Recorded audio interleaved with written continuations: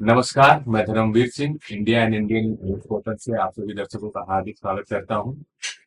आज हमारे साथ तीन महानुभाव जो कि भारतीय नौसेना में अपना योगदान दिए, उसके बाद इन्होंने सेनाविष्ट हुए और फिर इन लोगों ने एक समूह बनाया जहां से इन लोगों ने जो पूर्व सैनिक हैं उनकी मदद, सहयोग, आर्थिक सहयोग के लिए अपना एक पार्टी बनाया जिसका इन्होंने नाम रखा अखिल भारतीय पूर्व सैनिक सेवा परिषद, जिसके माध्यम से ये जो भी रिटायर्ड सेना अफसर होते हैं या सेना से रिलेटेड कोई भी परिवार जिनकी देहांत हो गई है उनकी मदद करते हैं। आइए अब हम इनसे जानेंगे कि इनका अनुभव कैसा रहा और ये किस तरह से इनको प्रेरणा मिली कि ये अपने सहयोगी और जो इनके साथ काम कर रहे थे उनके सहयोग के लिए ये अपना कदम बढ़ाए। सुखविंदर सिंह जी आपका स्वागत है। नमस्कार जी।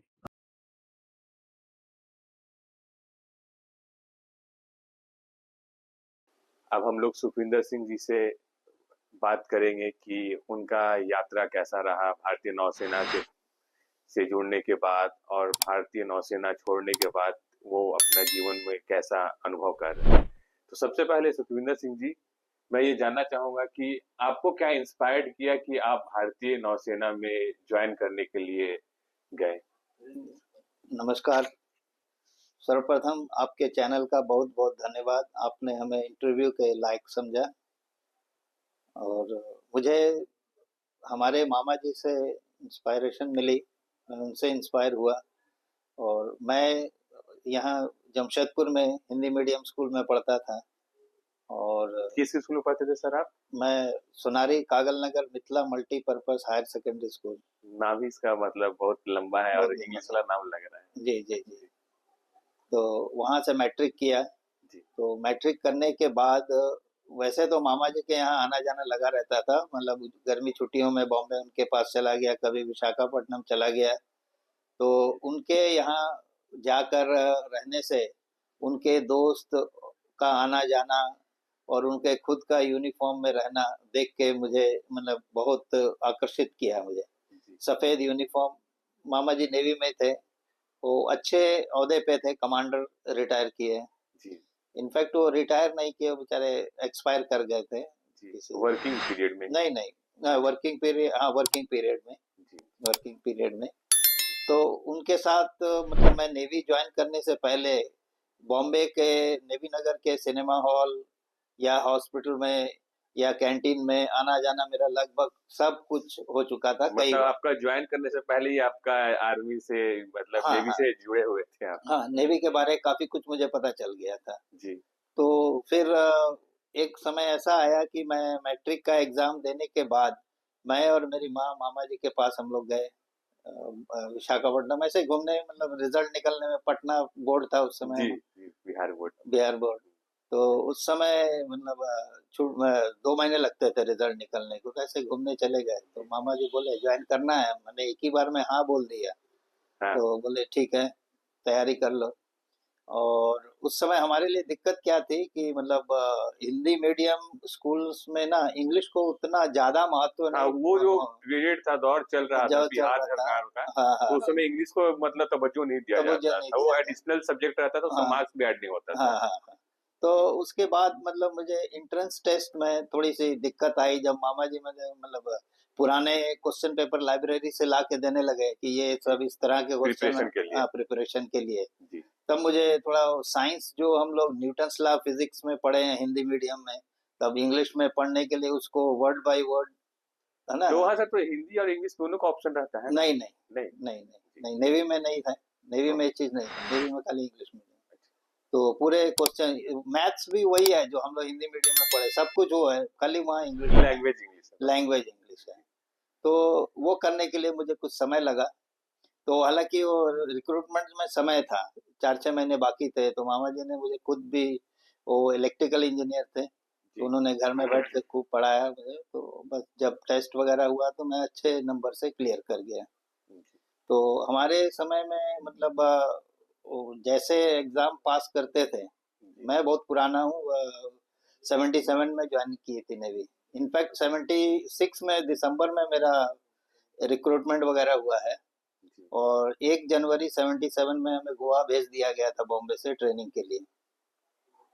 तो पूरे के पूरे लोग जितने वहाँ हम लोग ट्रेनिंग लिए थे, रिक्रूटमेंट हमारा हुआ था, सब हम लोग वहाँ गोवा पहुँच गए थे। जी, तो ये तैयार किए। हमारे समय में क्या होता था कि मतलब रिटन टेस्ट में जिसके ज़्यादा अच्छे मार्क्स आते थे, तो उनको कम्युनिकेशन ब्रांच दे दी जाती थी, जी, कम्युनिकेटर। हाँ, और जिनके जो थोड़ा शरीर से अच्छे हैं, स्पोर्ट्समैन है, सीमेन दे दिया, मतलब वो जो डेक अफसर जिसको बोलते हैं जी। ना मर्चेंट नेवी में।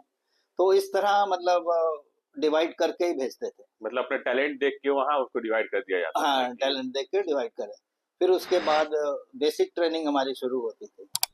बेसिक ट्रेनिंग वही जैसे जसवाल जी ने बताया, लेकिन इनसे मुझे नई चीज सुनने को मिली है, अच्छी बात है, वो जो बकरा आगे चलाते हैं ना। जी, जी, जी। ये तो आपके लिए भी नई चीज़ थी। नहीं, हमारे लिए नहीं थी। हमारे वहाँ मैं गोवा में ट्रेनिंग किया, जी, वहाँ नहीं थी ये चीज। ओके, तो इन्होंने दूसरी जगह ट्रेनिंग की, जी, तो वहाँ नहीं थी।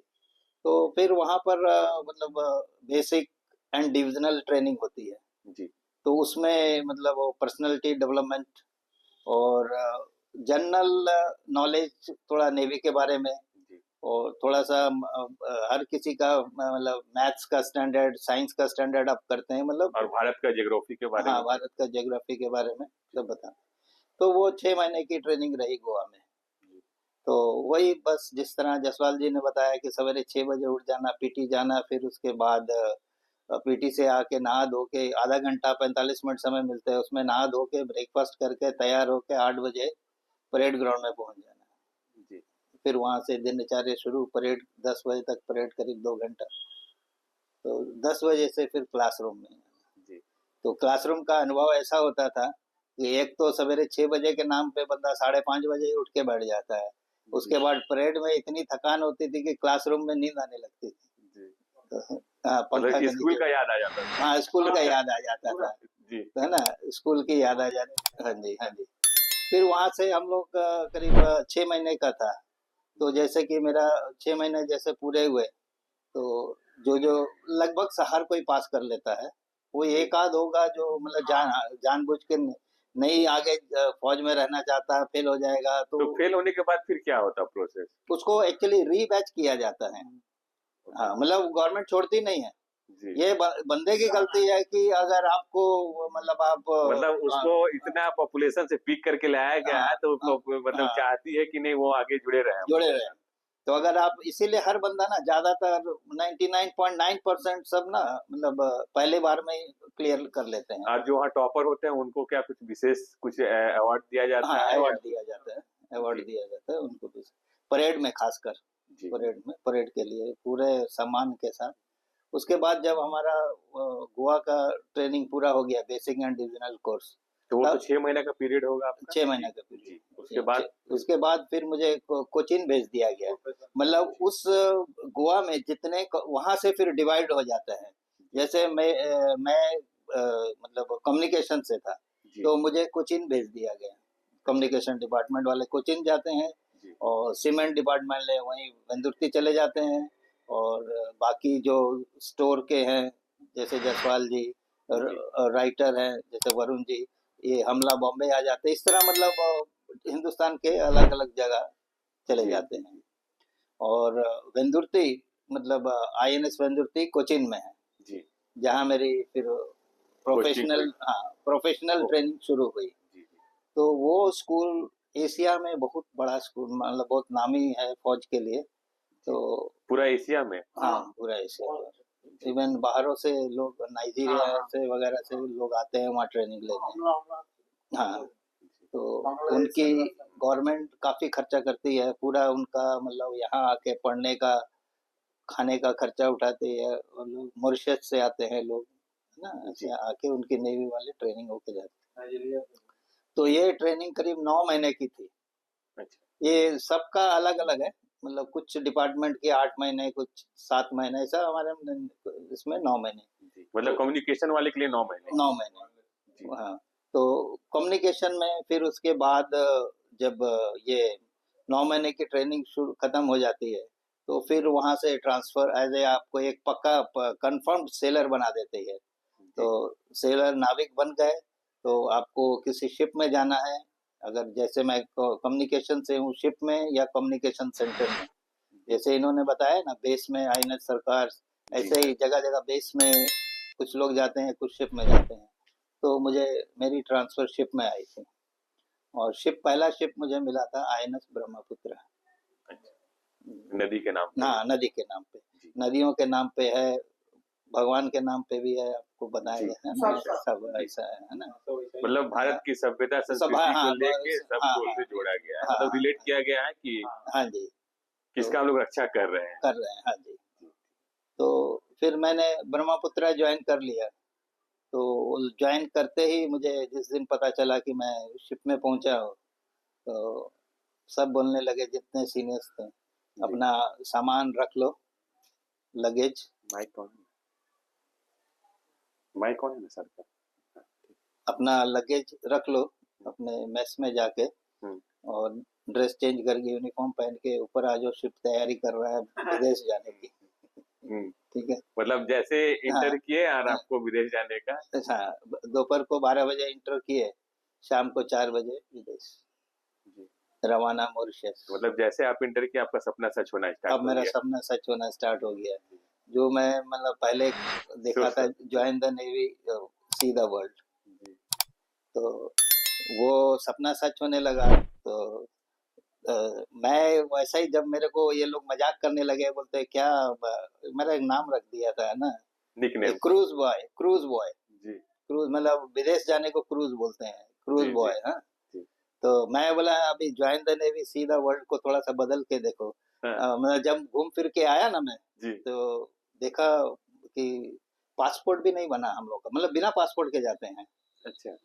हाँ, तो मैं बोला ये जो स्लोगन है इसको थोड़ा सा चेंज करना चाहिए। मेरे ऐसे जब हंसी मजाक का माहौल होता है तो अपने सीनियर्स को बोला, तो मैं बोला अब इसको ना join the navy see the world नहीं होना चाहिए, join the navy see the world without passport.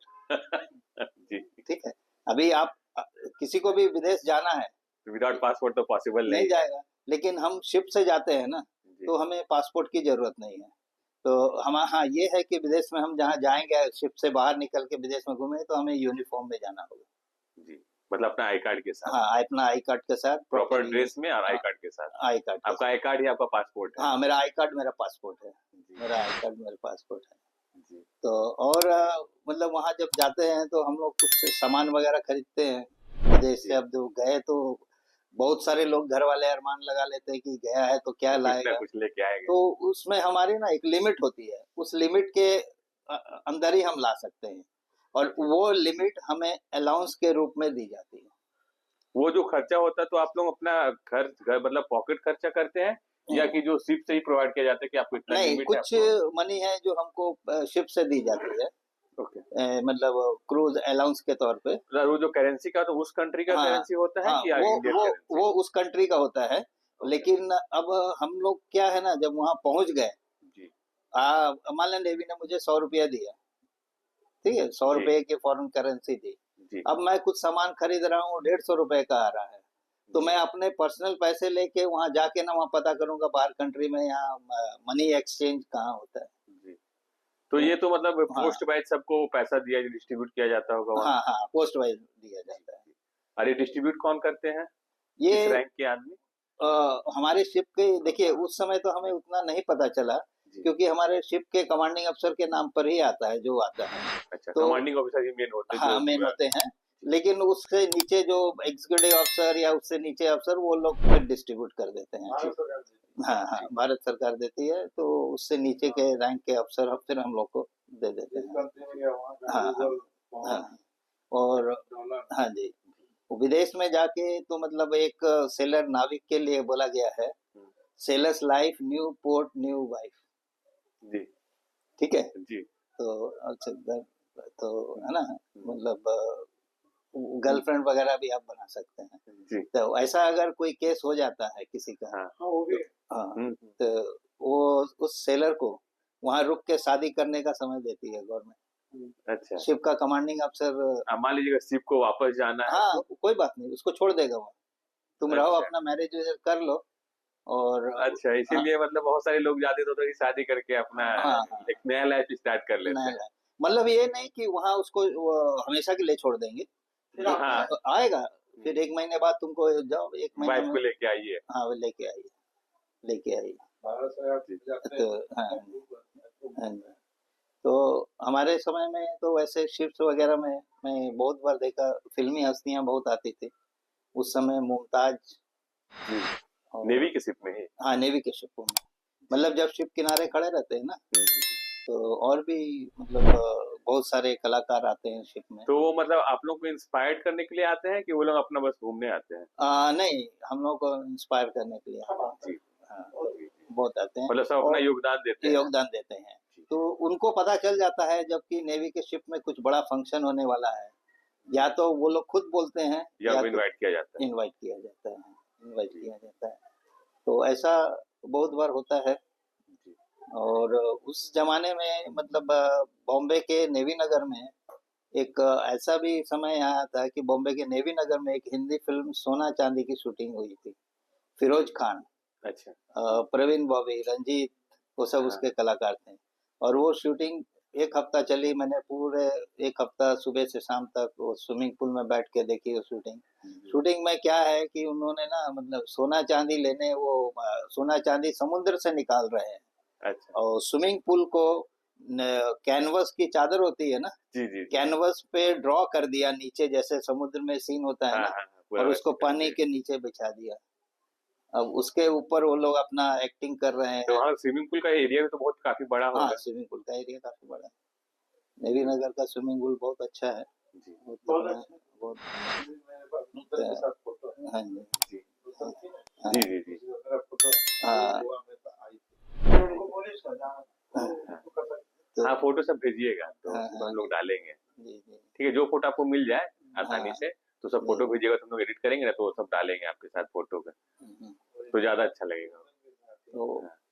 आजकल तो फिल्म प्रमोशन के लिए लोग जाते हैं, मतलब जैसे कपिल शर्मा के शो में आते हैं। जी, जी। उस समय क्या होता था कि जिस सिनेमा हॉल में पिक्चर लगनी है ना, जी, उस सिनेमा हॉल में मतलब चैरिटी शो होता था जी। First day. तो इसी तरह मुझे नेवी की तरफ से 2-4 बार चैरिटी शो गोवा में रहते हुए मिला है मौका। मतलब जब ब्रह्मपुत्रा शिप से निकल के चले गए कम्युनिकेशन सेंटर गोवा में, जी। तो चैरिटी शो के टिकट्स आते हैं फिर हमारे एस्टेब्लिशमेंट में। हुँ, हुँ। तो वहाँ से 5-10 जितने भी आए, हुँ। तो बोला ये 10 लोग जाएंगे, ये लो टिकट, ये लो। तो वहाँ हम लोग जाते हैं। तो सिनेमा हॉल में कई जगह हम लोग की ड्यूटी लग जाती है। तो एक बार मेरी ड्यूटी लगी थी वो उसमें गोवा में एक सिनेमा हॉल में। हुँ। वहाँ पिक्चर थी ये नजदीकियां, जी। शबाना आजमी उसकी हीरोइन है। अच्छा। तो और वो जैसे कार से उतरेगी ना, हुँ, हुँ। तो उसकी कार मतलब काफी दूर रोक दी गई थी। उसके बाद उसको ना मतलब नेवी का कुछ दिखाने के लिए, जैसा ना वो नेवी की car, jeep, open jeep car में जी। उसको बैठाया लाया। तो उस, तो उसमें ड्यूटी मेरी लगा दी गई थी हुँ। कि शबाना शबाना मैडम को आप लेके जाओगे जीप कार में। जी।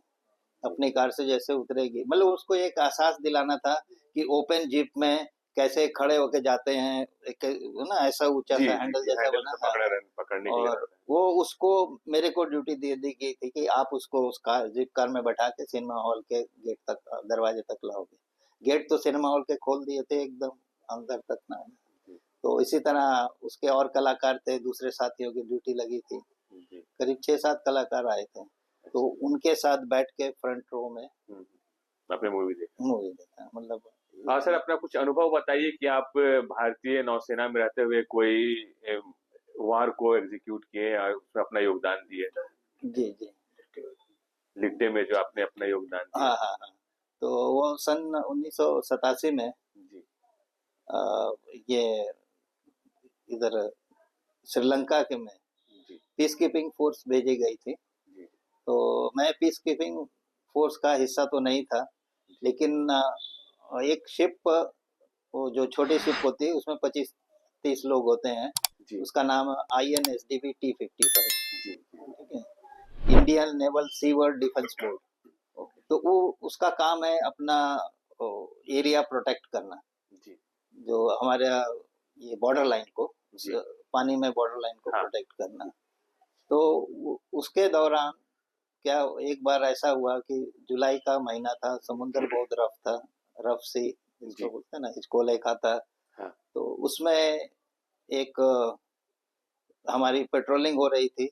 हमारा मतलब अगर जाए 10 शिप है ना, जी, तो एरिया बांट दिया जाएगा कि 4 किलोमीटर आप चलिए, नॉटिकल माइल बोलते हैं। जी, जी, नॉटिकल माइल में उसको डिवाइड कर दिया जाता है। डिवाइडर की इधर आपका प्रोटेक्शन। तो हमारे एरिया में जहाँ थे, तो एक फिशिंग बोट उस समय मतलब तमिलनाडु से बहुत उल्टे सीधे काम भी हो रहे थे। जी, जी। स्मगलिंग होती थी। स्मगलिंग सब फिशिंग बोट ह्यूमन के जरिए ट्रैफिकिंग। होता था। जी, तो उसमें एक समय ऐसा आया कि मतलब एक बोट, जी, वो इनफैक्ट उसका डीजल खत्म हो गया था, तो वो मछुआरों से अनकंट्रोल हो गई थी, और उसमें वो लोग 5-6 स्टाफ थे, जी, उसी में रहना, खाना बनाना, मछुआरों लोग का तो वही जिंदगी होती। जी, तो अब उसकी बोट समुद्र में हमारे तरफ आ गई, हमारे वाटर में।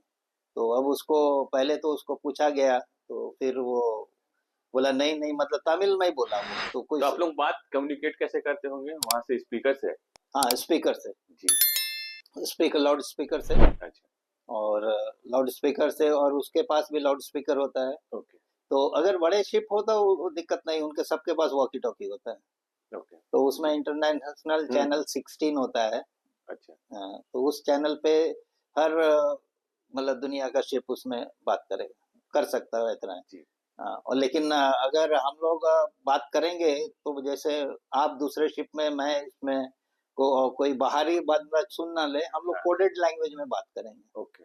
कोडेड लैंग्वेज में बात करेंगे, हुँ, दोनों लैंग्वेज में। तो उसके बाद होता है ऐसा कि होता ऐसा है कि मतलब ये वो शिप के पास आने लगती है, बोट जी, शिप के पास आने लगती है, तो उसको पकड़ के मतलब हम लोग शिप के अपने साथ में बांध लेते हैं। तो दोनों शिप हिचकोले खा रहे, बोट भी, और पूरी तरह हम लोग भी शिप में ठीक से खड़े नहीं हो पा रहे, हिल जाते हैं सब जी, पूरा ना। जी, जी, तो अब दोनों कहीं आपस में टकरा ना जाए, तो जी, उसके लिए शिप में कैटामरीन होता है, अच्छा, उसको नीचे लोअर किया। कैटामरीन होता है मतलब एक स्क्वायर या रेक्टेंगल पीस ना, लकड़ी जी, का, जो पानी में फ्लोट करे, हाँ, और उसके चारों ओर रस्सी से बंधा रहता है। तो उसको उतार देते हैं उसमें पानी में, जी, और फिर और उससे चारों तरफ रबर लगी रहती है, सो दैट वो दोनों शिप टकराए, तो तो उसमें कोई इफ़ेक्ट ना पड़े। जी, कुछ ना हो। तो और फिर वो शिप में, अब वो अगला बोल रहा है कि अगला सरेंडर भी कर रहा है, ऐसे इशारों से। जी। तो फिर हम तो मतलब लोग, उसका पोज़ीशन देख के फिर आप लोग डिसाइड करते हैं उसको हाँ क्या हाँ, करना है? उसके पोजीशन देखने के लिए उसके अंदर जाना पड़ता है। जी, तो एक बंदा जाएगा जिसको, जो जिस प्रोफेशन से है, बंदूक वगैरह चलानी आती है अच्छी तरह, जी, वो जाएगा, और दूसरा एक कम्युनिकेटर जाएगा, क्योंकि कम्युनिकेटर वहां जाके अपने कमांडिंग अफसर को रिपोर्ट देगा कि वहाँ कि का स्टेटस हाँ, क्या है? स्टेटस क्या है। जी, तो अगर तो, और उसमें जाने में, ये बोलने में तो बड़ा आसान है, जाने में भी डर जी, लगता है, जी, जी। क्योंकि उसके अंदर विस्फोटक ना हो। हुँ, हुँ। या फौजी कहीं सरेंडर किया और अंदर गए, हाँ, आपको गोली मार दिया या गोली कुछ मार भी कर दिया, सकता है। हाँ, कुछ भी कर सकता है। जी, और उसको चेक करने के लिए एक एक चीज उसकी उठा उठा के देखना पड़ता है, कहीं कोई विस्फोटक तो नहीं है। जी, तो वो सब हम लोगों ने जाके अंदर अच्छी तरह चेक किया।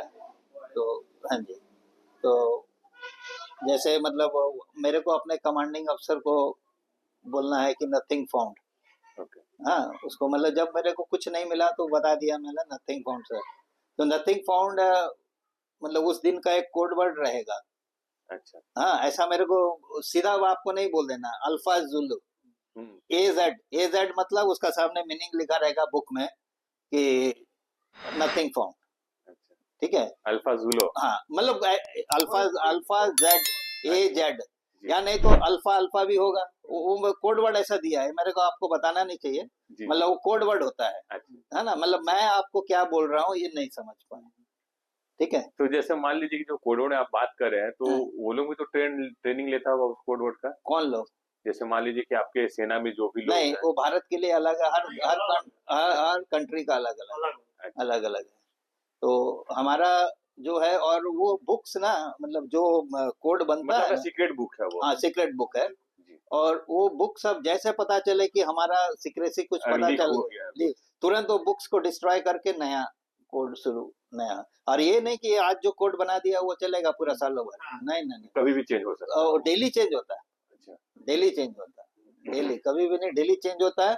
तो और चेंज होता होगा तो आप लोगों को थोड़ा ट्रेनिंग दिया जाता होगा उसका कि ये चेंज हाँ हो गया तो इसका हाँ, आप लोग यूज कर सकते और हैं। ट्रेनिंग मतलब कि आपके बुक भेज दी जाएगी, तो जी। आप उसको पढ़ के समझ सकते हैं कि ये नया आ गया अभी, और ब्रॉट ये जो इनटू मान लीजिए फोर। कोई बुक रहता होगा हर एक शिप के लिए फॉलो होता है कि हर एक शिप का अपना अलग अलग बुक?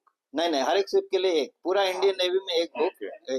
तभी ना, मान लो जी मैं इसमें ब्रह्मपुत्रा में है, ये दीपक में है, जी। तो इनको अगर कुछ बोलना तभी ना वो समझ पाएंगे। अच्छा, मतलब कि हाँ एक दिन ये जो भी कोड चलेगा पूरा वैलिड हाँ, रहेगा पूरा ऑल ओवर इंडिया के ऑल लिए। ओवर इंडिया वैलिड रहेगा, ऑल जी ओवर इंडिया में। उसका एक फायदा, सबसे बड़ा फायदा क्या है ना, अगर मैं किसी शिप में कुछ हो रहा है, अगर हमारा कोई इंडियन नेवल का दूसरा शिप उसको इंटरसेप्ट करेगा, तो समझेगा अरे यार ये शिप तो वहाँ फलाने के काम में फंसा हुआ है, जी। तो चलो इसको मदद करें, हम्म, उसका ये भी फायदा है। जी तो और मतलब वो सब ना, ऐसा कोड बनाया जाता है ना, आप रूम से निकलने के बाद भूल जाओगे, ठीक है। जी। मतलब एक तो एक वर्ड का हो गया ना, मैं अल्फा जुलू जैसे हाँ आपको हाँ। ए जेड, जी जुलू बोलते हैं जेड को, जी। हाँ हाँ ठीक है ना। अब जैसे अल्फा ब्रावो चार्ली डेल्टा हम लोग बोलते हैं ऐसे, हाँ ठीक है, ए बी सी डी नहीं बोलते हैं। नहीं तो ए बी सी डी बोलने से क्या होगा, कभी हम एस बोलेंगे तो आप एच लिख दीजिएगा, मतलब हो जी जाता ना। जी। हाँ हाँ, हाँ इसलिए हम लोग कुछ भी स्पेलिंग बोलते हैं तो हाँ स्पेस मतलब हाँ जगह का हाँ, नाम लेके बोलते जगह हैं। का नाम लेके बोलते हैं। एस जी को सीरा बोलेंगे, एच जी। को होटल बोलेंगे, जे को अच्छा। जूलियट, हाँ हाँ हाँ। तो जी जी। ऐसा हम लोग करते हैं। तो ऐसे हम लोग कम्युनिकेट करते हैं, और जब पता चला उस शिप में हम लोग मतलब ये कम्युनिकेशन कर रहे थे, जी तो सीओ साहब को जैसे पता चला, तो सीओ साहब बोले हम लोग को ठीक है आ जाओ आप लोग, जी। Leave the ship and leave the boat and come. Okay. तो आने के बाद उसको सीओ को मैं बताया, मैंने सर उसमें कुछ, फिर तो आप अपनी पंजाबी बोलिए, हिंदी बोलिए, बंगला जी, बोलिए, जब तो अपने जैसे आप शिप पे जाते हैं तो वो तमिल में बोल रहा था, आपको तमिल तो नहीं आता होगा, हाँ नहीं आता, तो आप लेकिन लोग। वो एक्शन जाते हैं ना, जी जी जी जी जी। एक्शन से समझ में आ या जाता है। लोग लिख के कोई नोट हाँ देता होगा। हाँ हाँ, तो एक्शन से समझ में आ जाता है। और उसके एक बाद पॉज कर। फिर हम लोग अपने शिप में आ गए, कमांडिंग अफसर को बता दिया आने के बाद। जी तो जाके आए तो पहले का अगला कमांडिंग अफसर खुश होता है, बोला वेल डन, वेरी गुड। जी तो उतना ही हम लोग के लिए प्रोत्साहन बहुत बड़ा होता है। जी सर। उसके बाद फिर ये वो शिप वाला मैं बताया कि मतलब ये भी बता दिया कि उसके पास फ्यूल नहीं है, हम्म, फ्यूल नहीं होने की वजह से वो फ्लोट करता हुआ हमारी तरफ आ गया। जी। तो फिर जब सीओ ने भी अपने लेवल में उनसे कम्युनिकेट पूछा, किया। जी। बात किया, ऐसा इशारों इशारों में एकदम सामने हो गया ना, तब वो हम्म, लोग तेल का ड्रम बोल दिखा के बोल रहे थे, ऐसे ऐसे कर रहे थे ना। हम्म, तो इंग्लिश हिंदी आती नहीं, वो लोग को तमिल में बोल रहे हैं। हम्म, तो उनको फिर सीओ साहब ने बोला कि एक ड्रम तेल उनके शिप में अनलोड कर दो, उनकी बोट पे। मतलब गिफ्ट दे दो। हाँ गिफ्ट दे दो, हाँ गिफ्ट। जी ऐसा फौज सिर्फ मतलब गलत पकड़ने के लिए नहीं है, गलत को सुधारने के लिए भी है। ठीक है सर, हाँ तो इसमें एक ऐसा होता है कि जैसे मान लीजिए कि वो गिफ्ट करती है हाँ एक बैरल तेल, हाँ हाँ तो एक ड्राम जो भी है, हाँ। तो फिर उसका हिसाब किताब कैसे मैनेज होगा वहां, फिर वो क्या जवाब देंगे उसके बारे में? नहीं वो तो फिर लिखित बताया जाएगा ना कि जी शिप को दे दिया गवर्नमेंट का तरफ से। हाँ आप बोल सकते हैं कि मैंने जी। मतलब इस ऑपरेशन के मतलब ये दौरान, उतना छूट रहता है कि हाँ वो छूट अपने रहता हिसाब है, से हाँ हाँ, जो भी वहाँ मतलब जो और मुनाफिक सिचुएशन रहे के वो। हिसाब से जी। कर सकते हैं। अच्छा। तो जब हमने उसको पूरा ड्रम तेल का दे डीजल दे दिया, जी अब वो खुशी से अब कुछ हमारा एहसान चुकाना चाह रहा था, जी तो उसके शिप में जितनी भी फिश थी जी वो हमारे शिप में अनलोड कर दी। जी। अब शिप में जैसे अनलोड करना शुरू किया, तो मना भी उसको कर रहे हैं कि हमारे शिप में स्टाफ कम है, इतना ज्यादा, उसके तो जाल में बहुत सारी फिश थी। जी तो फिर वो जैसे अनलोड करना शुरू किया, उसको मना किया, मना बहुत मनाया, तब वो जाके रोका। फिर भी वो काफी शिप थी, काफी फिश थी। तो फिर वो एक मिनट पास कर रहा था। हाँ जाइए जाइए आप। हाँ, फिश अनलोड कर दिया। हाँ फिश अनलोड कर दिए शिप में। तो फिर उसका ठीक है, उसको छोड़ दिया गया, डीजल जब उसके उसमें भर गया, जी तब वो स्टार्ट किया। अब हम लोग को एकदम प्रणाम करते हुए उन्होंने आप लोगों ने उनको जीवन दान दे दिया जीवन है। दान दिया। वो बा कितनी दूर तक हाथ हिलाते रहा और हम लोग को प्रणाम करके वो चला गया, वो अपने श्रीलंका के तरफ। तो फिर सीईओ साहब के हम मेरा प्रोफेशन ऐसा है कि सीईओ के साथ ही रहना पड़ता है, जी। कम्युनिकेटर को। जी। तो ये मैं छोटे शिप में क्या होता है ना, एक ही कम्युनिकेटर होता है, तो मतलब शिप की स्ट्रेंथ पे डिपेंड है, बाकी तो लोग भी चाहिए ना।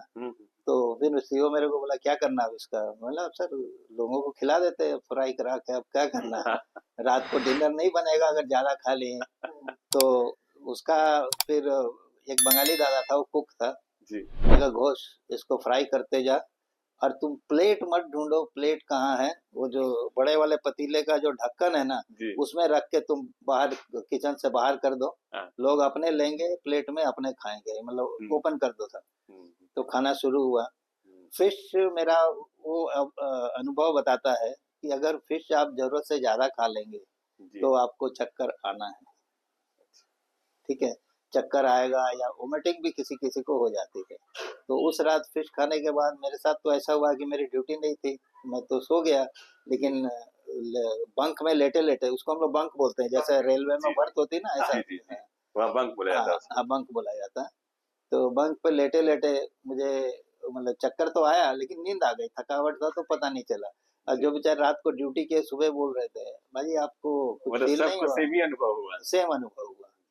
तो ये एक मेरा अच्छा अनुभव था उस शिप में, छोटे शिप में। जी। हाँ, और छोटे शिप में मेरा सबसे बड़ा अच्छा मुझे क्या लगा कि वो शिप को गार्डन रिच शिपयार्ड कलकत्ता, उसने बनाया था उस शिप को, और उस शिप का मैं कमीशनिंग क्रू था। कमीशनिंग मतलब कि जब वो गार्डन रिच शिप बिल्डर बना रहा है, हाँ। तो नेवी से हर डिपार्टमेंट के 2-2, 4-4, 5 लोग ऐसे रहेंगे जो जाके उस अपने इनपुट देते हैं उसमें। हाँ, खरीद मतलब बना रहा है, हाँ, तो हमको कैसे आवश्यकता है, जैसे ये टीवी यहाँ रखना है, जहाँ जैसे ना अच्छा। बताएंगे, मतलब हमारा कम्युनिकेशन सेट सब कहाँ लगेगा, अपने अपना सब अच्छा। राय विचार देते हैं, और उस हिसाब से जब बन के तैयार हो जाता है ना, तो जैसे वो घुसने का गेट होता है, उसके पास ना एक ब्रास की प्लेट बनी होती है, जी। तो उस ब्रास प्लेट में पूरे कमीशनिंग क्रू का नाम रहता है। तो अच्छा। उस शिप में मेरा नाम है अभी तक। जी। अच्छा, ना, सर बहुत बड़ा अचीवमेंट है कि आपका शिप में नाम हाँ, लिखाया नाम जाए। लिखा है तो। मतलब वो कमांडिंग अफसर से लेके नीचे हर पूरे अफसर का 25-30 जितने लोग हैं सबका नाम रहेगा। तो ऐसा मौका सबको नहीं मिलता, और नहीं क्योंकि सर। आपके बाद जो भी गया तो वो आपका नाम हाँ, फॉलो किया। हाँ, हाँ, मतलब आपके मतलब हिस्से, मतलब आपने जैसे उसे डिजाइन करवाया है, वो हाँ, बस मतलब आने वाली पीढ़ी उसको फॉलो कर रहा हाँ, है, वो जब तक वो शिप डिस्ट्रॉय ना हो। डिस्ट्रॉय ना हो, जब तक वो शिप डिस्ट्रॉय ना हो तब तक वो आने वाला पीढ़ी उसको फॉलो करे। जी, जी, जी। और सर फिर आप आने वाली पीढ़ी को क्या संदेश देना चाहेंगे, जिससे कि जैसे मान लीजिए कि जो भी लोग हैं आजकल की जो नई न्यू जनरेशन है वो आलसी और मतलब नशा की तरफ उनका झुकाव ज्यादा हो रहा है, आने तो वाली पीढ़ी, हाँ जी, आने वाली पीढ़ी को मैं कहना चाहूंगा कि अपना नशा या छोड़ दे और अनएम्प्लॉयमेंट की तरफ ना जाए। ये ना सोचे कि हमने पढ़ाई कर ली है, हमारे लिए कोई नौकरी नहीं है, कहीं नहीं होता तो डिफेंस में जाइए, तो डिफेंस आपका इंतजार कर रहा है। और ठीक है, लेकिन वहाँ एक शर्त है कि आपको फिजिकली, मेंटली और एजुकेशनली सक्सेस होना पड़ेगा, मतलब एग्जाम पास करना पड़ेगा। मतलब एक जीने की राह बताता हाँ, है। एक जीने की राह बताया रहा है।